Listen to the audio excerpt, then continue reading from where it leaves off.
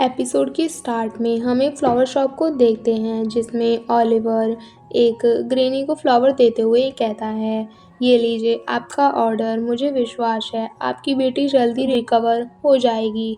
Granny कहती हैं, thank you so much young man, तुम बहुत काइंड हो। और फिर वो चली जाती हैं। ओलिवर उन्हें जाते हुए देखता है और सोचता है, मैं हमेशा कुछ सोचता रहता था। जब से मैं छोटा था मैंने इसे खोजने की कोशिश कभी नहीं छोड़ी। वह फीलिंग जिसे मैं ढूंढ रहा था, बिना थके बिना रुके। हम छोटे ओलिवर को देखते हैं जो बटरफ्लाई के साथ कुछ इस तरीके से कर रहा होता है। तभी उसे किसी के आने की आवाज़ आती है तो वो उसे साइड में फेंक कर पास से कुछ फ्लावर्स ले लेता है।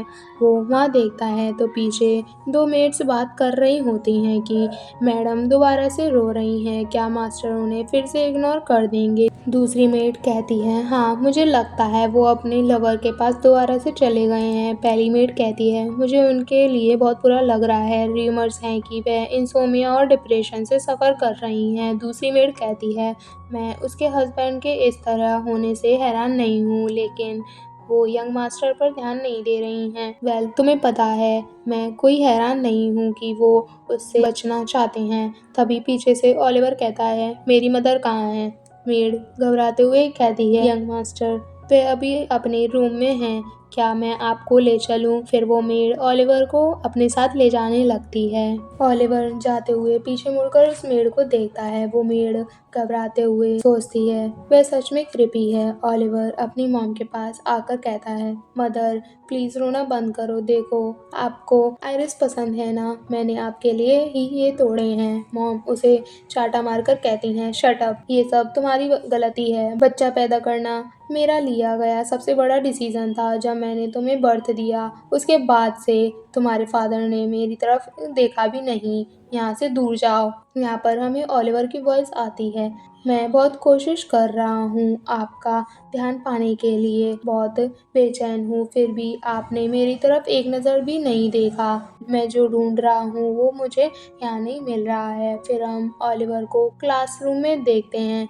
वहीं उसके पीछे कुछ लड़कियां एक पेट के साथ खेल रही थी। तभी एक लड़का आकर कहता है, हे आज सुबह उसे खाना किसने खिलाया। उसने इसे मुश्किल से ही कुछ खाना दिया। ओलिवर सोचता है कितना रिडिकुलस है। वो लड़का ओलिवर के पास आकर कहता है, कल उसे खाना खिलाने की जिम्मेदारी तुम्हारी है ना। ओलिवर उसे हैरानी से देखने लगता है। वो लड़का ओलिवर से कहता है उसे और खाना दे देना। फिर हम अगली सुबह का सीन देखते हैं। ओलिवर क्लास में आता है और क्लास में किसी को ना देखकर सोचता है यहाँ पर कोई नहीं है। तो वो उस पैट के पास आकर उसे पकड़ने लगता है। वो पैट ओलिवर के हाथ पर स्क्रैच मार देता है तो ओलिवर के हाथ से ब्लड निकलने लगता है। ओलिवर अपने हाथ से ब्लड निकलता देखकर हैरान हो जाता है और पास में रखी एक सीजर को उठा लेता है। और फिर ये चीज़ आप देख ही सकते हैं जो ये कर रहा है। तभी पीछे से किसी की आवाज़ आती है, ओलिवर तुम क्या कर रहे हो। फिर हम प्रिंसिपल ऑफिस को देखते हैं। प्रिंसिपल के सामने खड़ा पर्सन कहता है, सर मुझे विश्वास है कि आप ये जल्दी से संभाल लेंगे। प्रिंसिपल कहते हैं, इसे मुझ पर छोड़ दो, इसका एक भी शब्द बाहर नहीं जाएगा। प्लीज़ लॉयड को मेरी तरफ से ग्रेट कहना। वो आदमी कहता है, मैं ऐसा करूँगा, प्लीज़ अब मुझे जाने दीजिए। फिर वो ओलिवर के पास बाहर आकर कहता है, यंग मास्टर मुझे आपके फादर की तरफ से एक मैसेज मिला है। ओलिवर उससे कहता है, फादर मुझसे बात करना चाहते थे। वो आदमी कहता है, हाँ उन्होंने मुझे इस लेटर को आपको देने के लिए कहा है। ओलिवर सोचता है वो यहाँ क्यों नहीं आए और बस इस आदमी को मेरे पास भेज दिया। ओलिवर उस लेटर को देखने लगता है। वो आदमी कहता है, तो फिर मैं जाता हूँ। ओलिवर सोचता है और मुझे फादर से भी वही प्यार नहीं मिला जो मैं चाहता हूँ। फिर ओलिवर की मॉम प्रिंसिपल ऑफिस से बाहर आती हैं। ओलिवर को वहाँ देखकर कहती हैं, तुम अभी यहाँ हो, क्या तुम बीमार हो। तुम सच में पीले दिख रहे हो, क्या तुम्हें फीवर है। ओलिवर कहता है, नहीं मैं ठीक हूँ। मॉम कहती हैं, मैं ये श्योर करना चाहती हूँ कि आप समझें कि आपने जो किया वह गलत था। घर लाइफ प्रीशियस है, आप इसे किसी भी कीमत पर नहीं छीन सकते, इसलिए आप तभी ओलिवर कहता है, आप मुझे लेक्चर क्यों दे रही हो?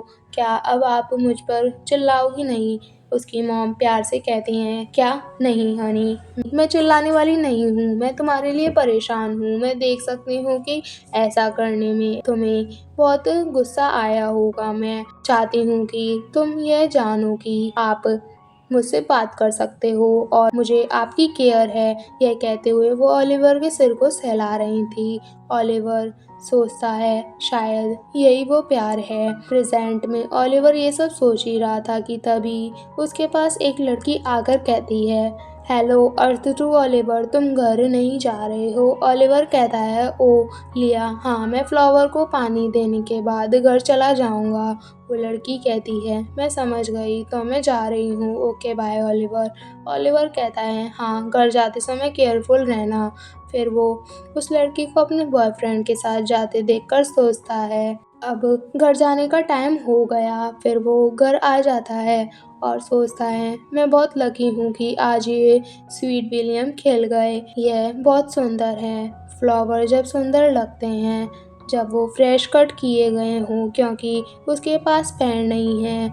वे आपको छोड़ेंगे नहीं, बिना माउथ के वो आपसे बात नहीं कर सकते। वे आपसे हमेशा प्यार कर सकते हैं जब तक वो मुरझाकर मर ना जाएं, और तब भी वे ब्यूटीफुल हैं।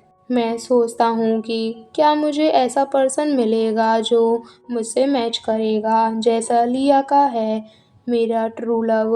अब जब मैं इसके बारे में सोचता हूँ तो जब से हम पहली बार मिले थे तब से जूली मुझसे बहुत सावधान रहती है। क्या ऐसा हो सकता है कि वह मुझे देख सकती है? अगर वह शुरू से ही जानती है कि मेरे मास्क के पीछे क्या है, अगर वो सच में मुझे देख सकती है, फिर वो अंबर की वही बात को सोचने लगता है जब उसने हॉस्पिटल में ओलिवर से रूडली बात की थी और सोचता है, फिर वो मेरी डेस्टिनी होनी चाहिए। मुझे विश्वास है कि वो मुझसे उतना ही प्यार करेगी जितना मैं करता हूँ और मेरी रियल पर्सनैलिटी को एक्सेप्ट करेगी अंटिल दैट डू अस, यानी कि लाइफ के एंड तक। तभी वो एक डोर ओपन करता है और अंदर जाकर एक टेबल पर उन फ्लावर्स को रख देता है और सोचता है, ये सही है, जूली बिल्कुल स्वीट विलियम की तरह है। तारीफ, जुनून और ग्रेटिट्यूड और लव हम उस रूम में देखते हैं जिसमें ओलिवर ने पूरी वॉल पर सिर्फ जूली की पिक्चर्स लगा रखी होती है और हमारा चैप्टर यही एंड होता है।